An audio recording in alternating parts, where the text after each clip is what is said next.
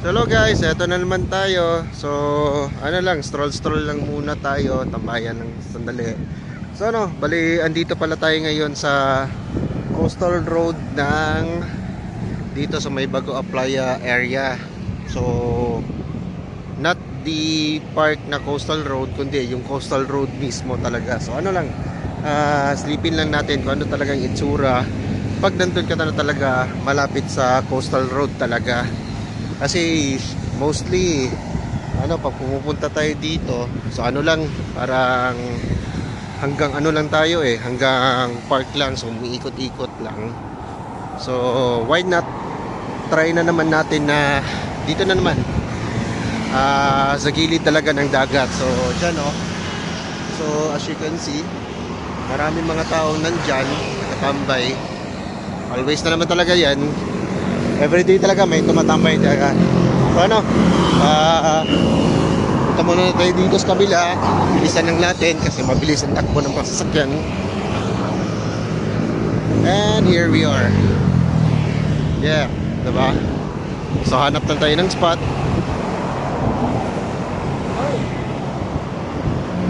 Yun.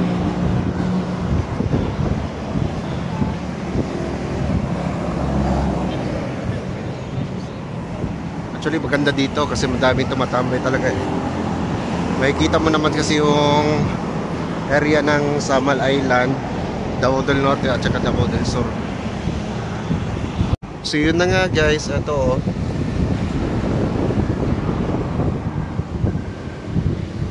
ito yung gilid ng talaga coastal road. So as you can see, yung dagat talaga, diba? So as you can see, medyo maganda ang panahon. Buti umayon din sa panahon ngayon. At the same time, marami din palang tumatakbo dito na daan. So kung mayroong mga gustong tumakbo from here going to Ecoland area, so pwede ka dito sa gilid. Pwede din ang bike dito. May mga signage naman kasi dito Dito lang sila allowed. Okay? So as you can see, may mga parang mga blocks dyan. So yan yung tinatawag nilang riprap para malesen yung impact ng mga current sa dagat, diba? Diba? So hindi pa siya open sea dyan. So meron pang isla dyan. So andyan yung Samal. Siguro hindi na siya makita ngayon. It's because medyo hapon na. Pag hapon kasi medyo malakas ang hangin, medyo cloudy. So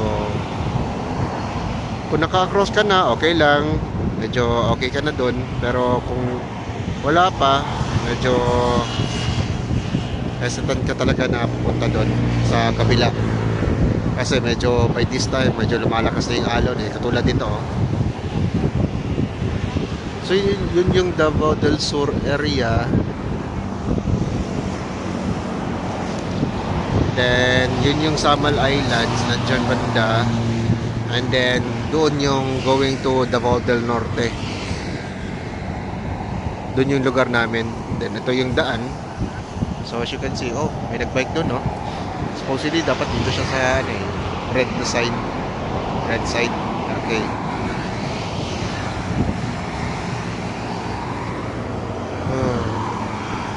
So yan yung park. So actually malapad talaga siya. Kahit nga ako isang ikutan lang, pero nahirapan na nga ako So lang, glaze lang tayo ngayon, tambay-tambayan lang.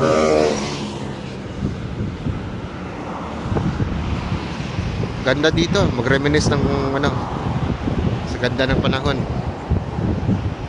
Okay.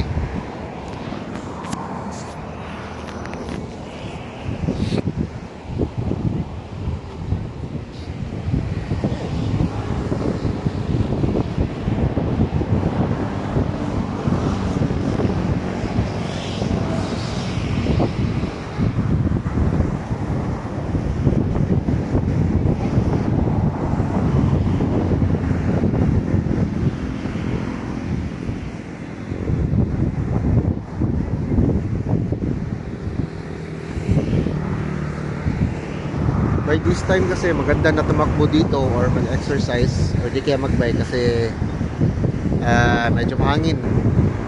So kahit na pagod ka na or pinagpapawisan ka na, okay lang kasi medyo malakas ang hangin. So refreshing. Kita mo din yung view doon sa bridge na nagdudugtong sa coastal road pa rin from Talomo area going to Matina area, diba?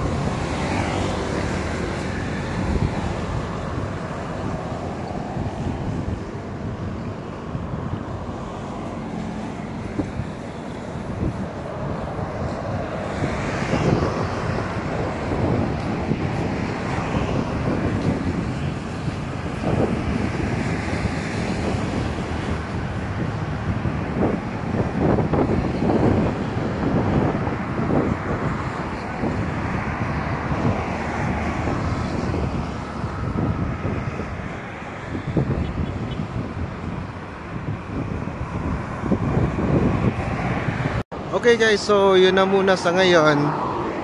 Ano lang, konting pahangin lang tayo. So umalis na ako doon. So nag-across na pala ako. Hirap kasi mag-video kung sakaling nandun pa ako sa gitna ng daan So baka maka-aberya pa. So paano? Hanggang till next time ulit. See you ulit sa mga next videos ko. And then of course enjoy. Diba? Alright.